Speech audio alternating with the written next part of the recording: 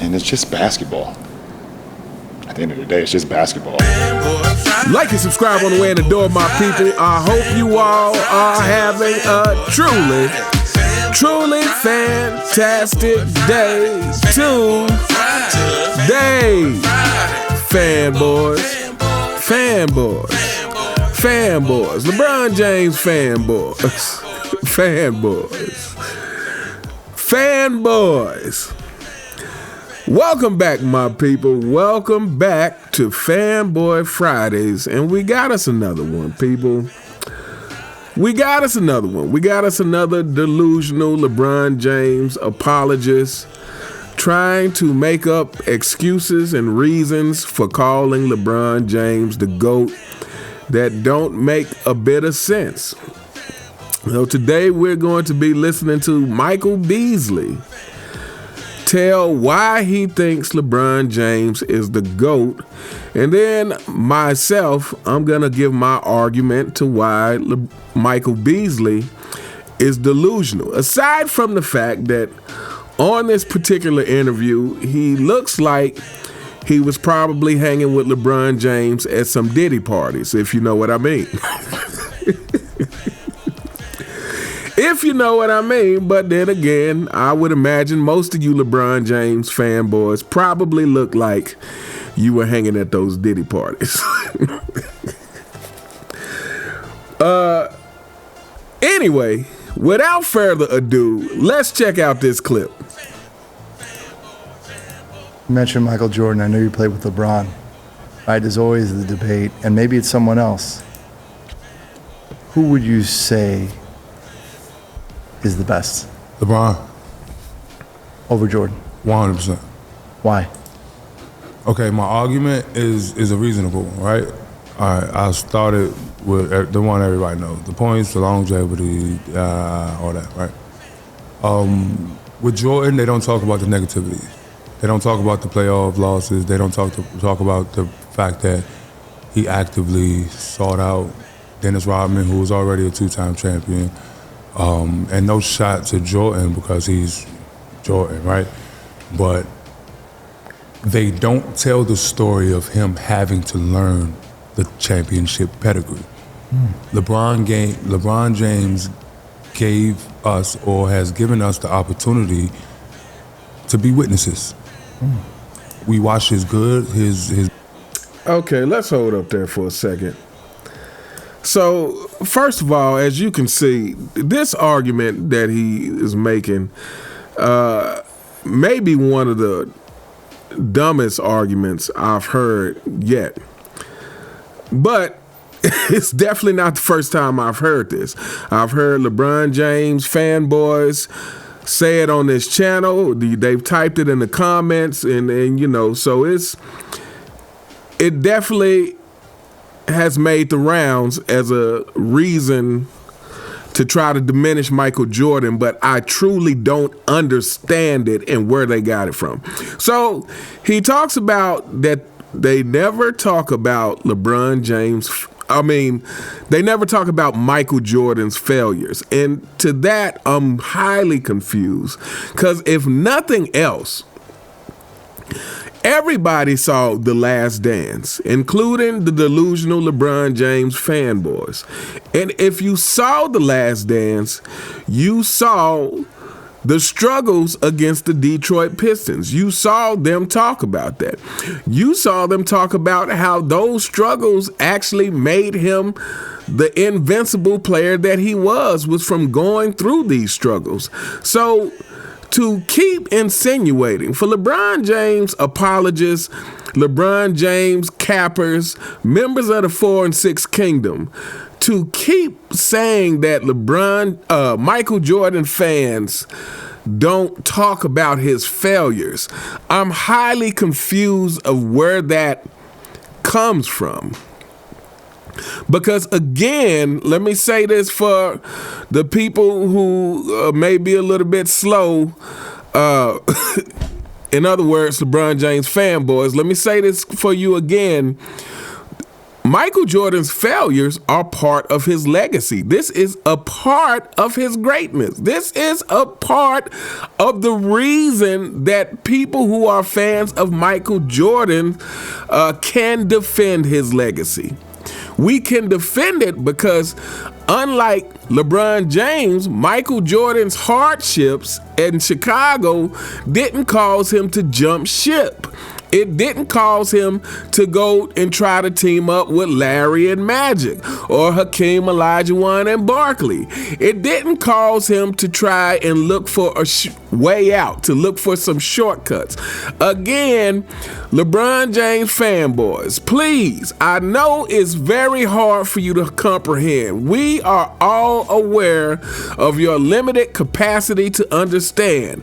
But please, just so you won't continue to look ridiculous like Michael Beasley just did by saying that they never talk about Jordan's failures. Yes, we do. His failures are part of his greatness because he didn't let the failures stop him. He didn't let the failures make him abandon his integrity. Michael Jordan accepted the failures and figured out a way to overcome them. This is a highly confusing thing to me that this keeps getting brought up. Another thing he said, again, if you watch The Last Dance, you could have got the answer right there. He says Michael Jordan actively sought out Dennis Rodman. Michael Jordan actively, I've heard many LeBron James fanboys try and say that. See, I think the problem is because a lot of LeBron James fanboys grew up during the LeBron James era where players had the ability to pick and choose where they wanted to go or pick and choose who they played with, that they think this was the case in every era. So if Dennis Rodman came to the Chicago Bulls, in their mind, the only way it could have happened is because Michael Jordan sought after Dennis Rodman, the same way that LeBron James went and joined D. Wade, the same way that LeBron James bought in Kevin Love and AD, the same way that the Golden State Warriors, unfortunately, Steph Curry included, went and sought out Kevin Durant. They think that because they live during an era where this type of thing is commonplace and players can do this in today's age, they assume that Michael Jordan sought out Dennis Rodman. LeBron James fanboys, again, if you can try really hard, again, with your limited capacity of understanding, if you can muster up the strength, if you can muster up the brain cells to understand that this is not how Rodman ended up on the Chicago Bulls. The management went and got Rodman. Michael Jordan approved it.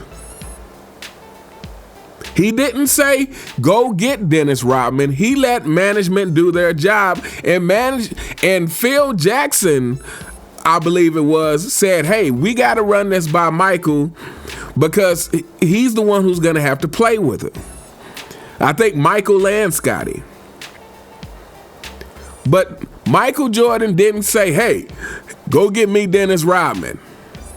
No, they went and got Dennis Rodman, and out of respect for Michael Jordan had to improve it because they knew the history there. They understood that, hey, Michael might not want to play with this guy. He might not want to play with this guy. So let's at least run it by him. And Michael Jordan, because he is a winner, because he thinks like a winner, because he respects hard work and effort, he knew the hard work and effort that Dennis Rodman would bring.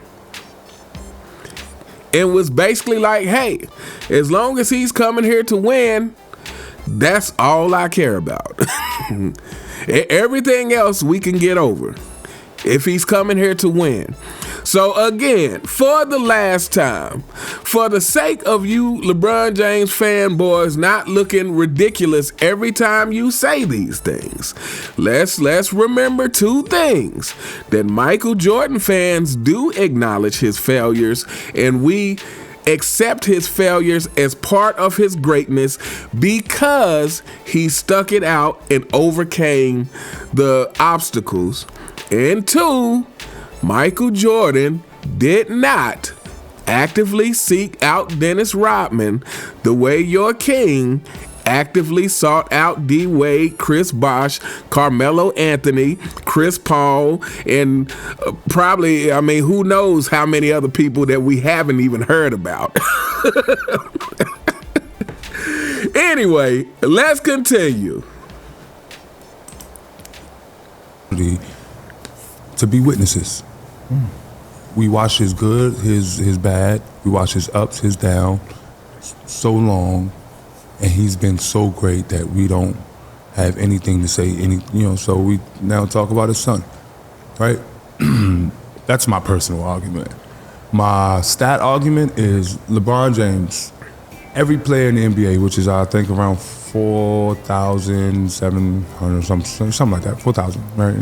Just under 5,000. Put every player's stats on a board, right? And take everybody's name off.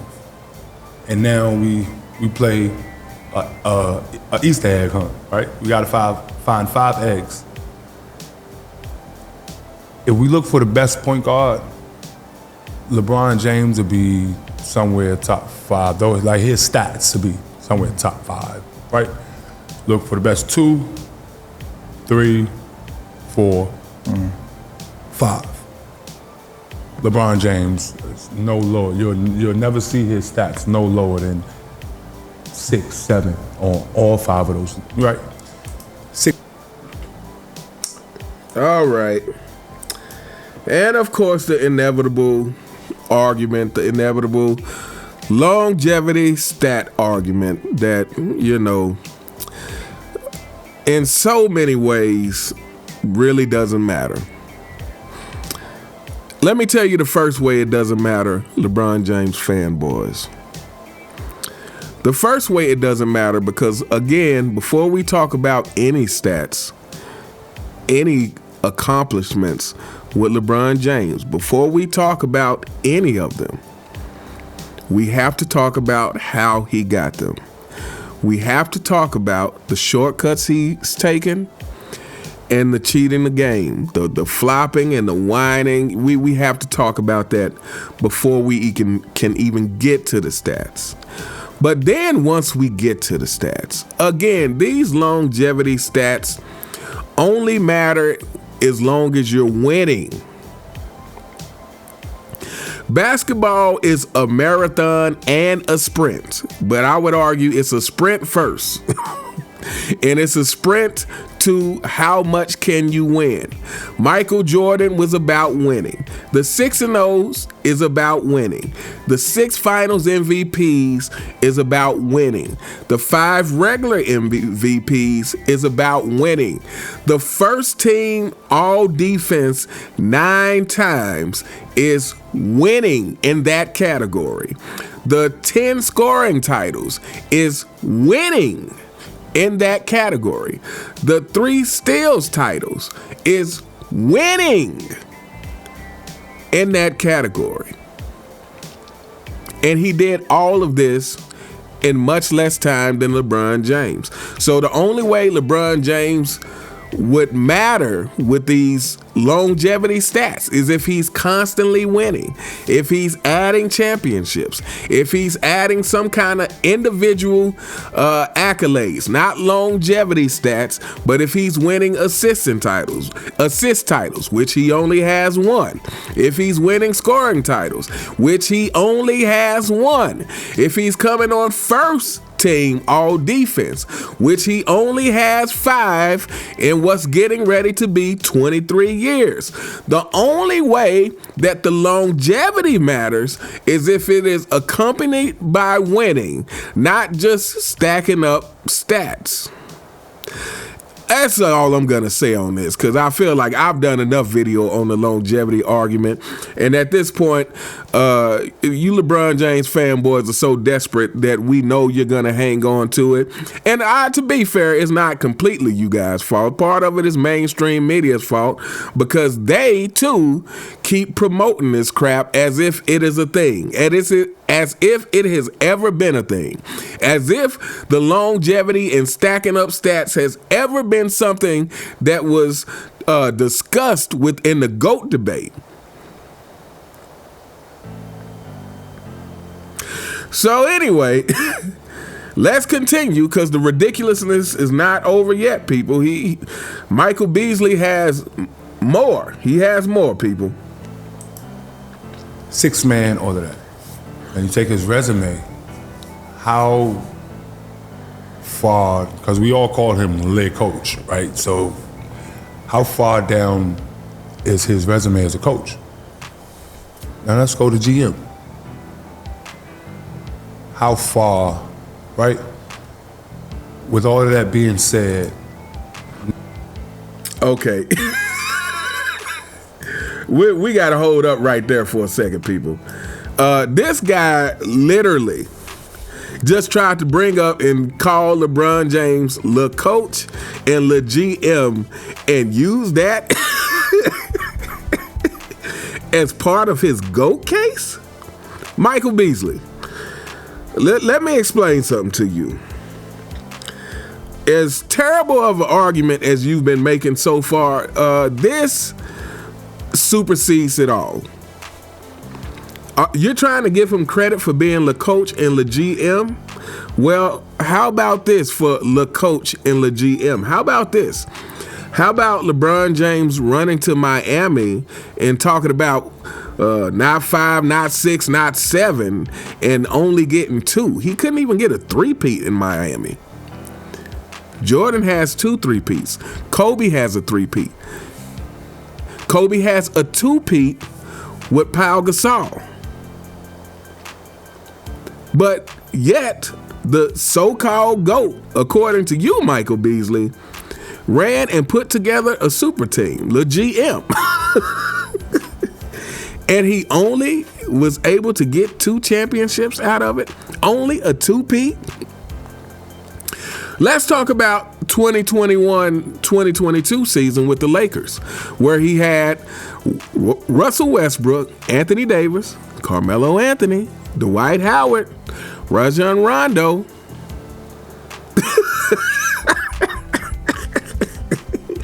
and had a colossal failure that season. You don't want to do that, Michael Beasley. You don't want to try to bring up the Le GM, Le Coach thing as some kind of, oh my goodness, people. What are we doing here? How did we get here? How do we get here in society to where someone is actually saying this and thinking that it makes sense? How do we get here in society? Anyway, let's continue. With all of that being said, now having to look after my son, and the credit that we don't give him is for him to have the entire world inside of his brain and still be able to give us 25, 8, and 8. Did he really just say having to look after my son? Did he really just say that? Having to look after my son after he forced his son into the NBA. All right, people, I'm not sure I'm going to get through the rest of this clip. This just makes your brain cells hurt listening to this.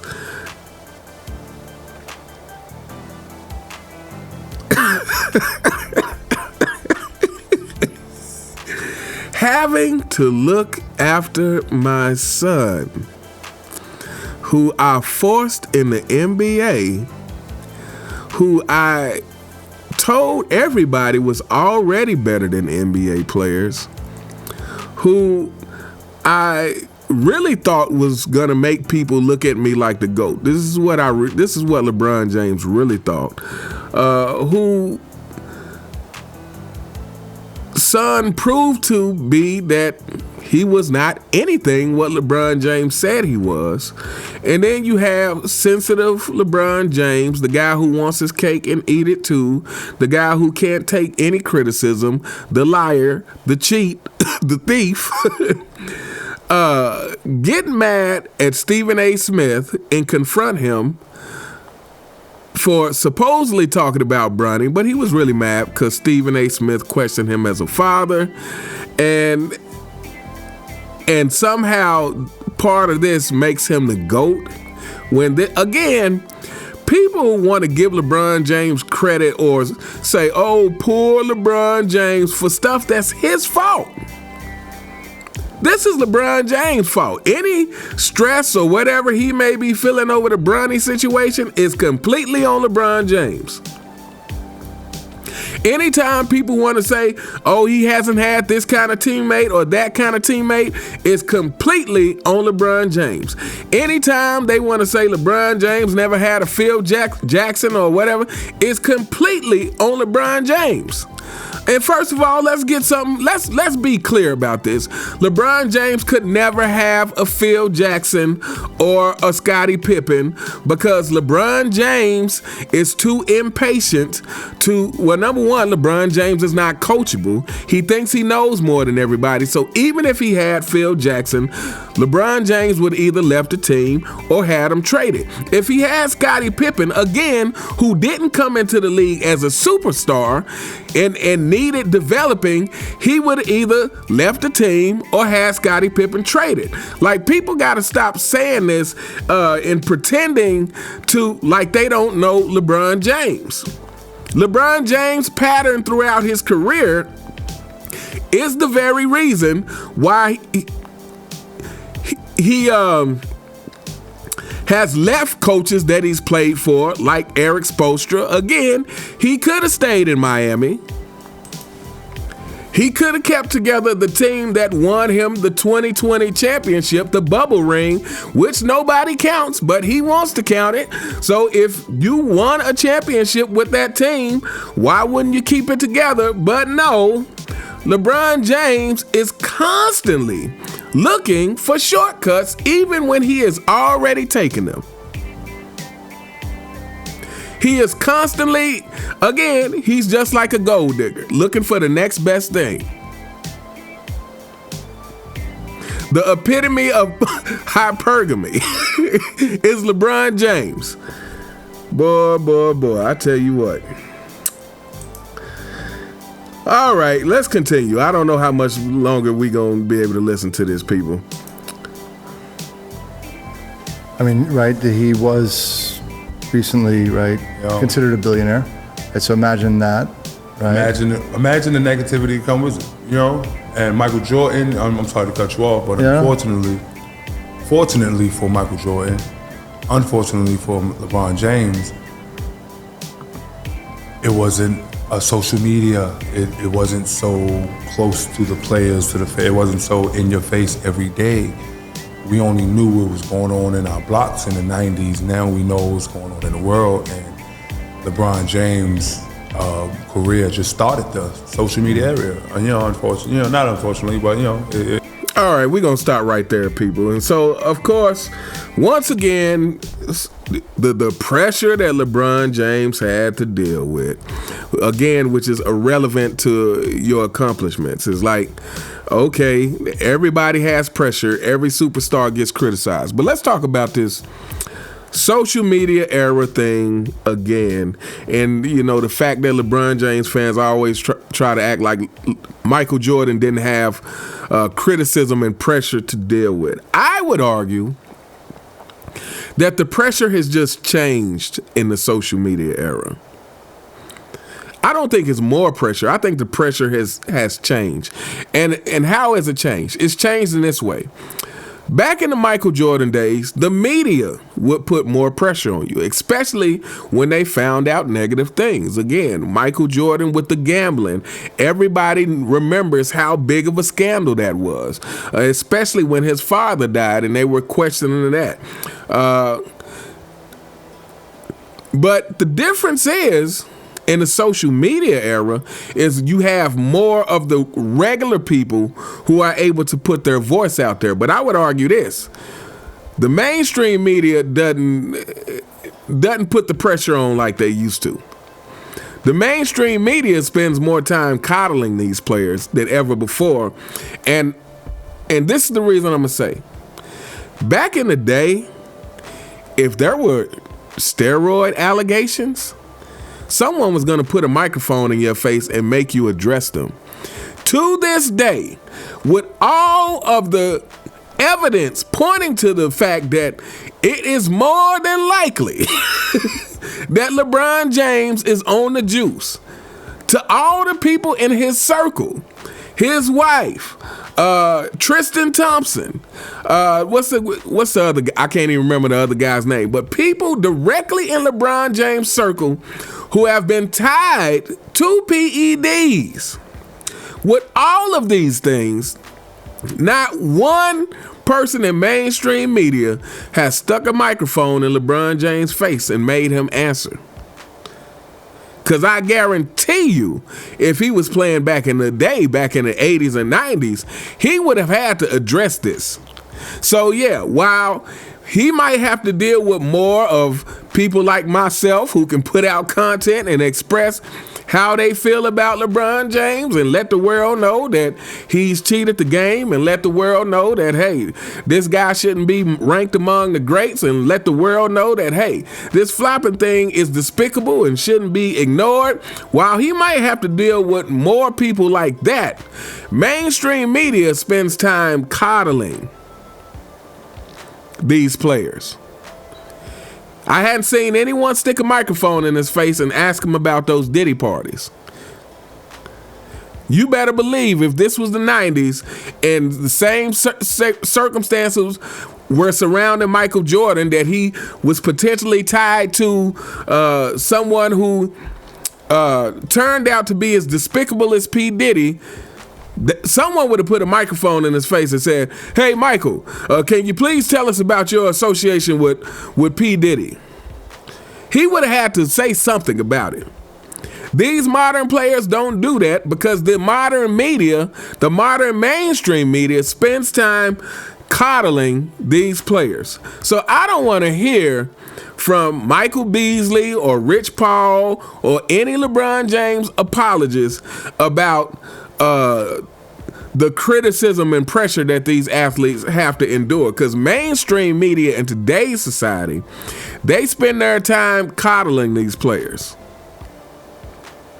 If this was back in the day, LeBron James would have had to have been said something about these allegations, both of them, the PEDs and P. Diddy. But anyway, the clip was a little bit longer, people, but I can't stand to listen to this guy anymore. So we gonna hold up here. Let me know what you guys think in the comments. What do you think of Michael Beasley and the reasoning and answers he gave for putting LeBron James over Michael Jordan? I mean, LeBron James has had so much criticism. I mean, they never talk about the losing of Michael Jordan and the failures of Michael Jordan. We never do that, people. They never talk about the struggles of Michael Jordan. And hey, LeBron James has to look out for his son that he got into the NBA. Probably against his son's will, for all we know. Anyway, let me know what you guys think. You all have a truly fantastic day, and I'll see you next time. All right.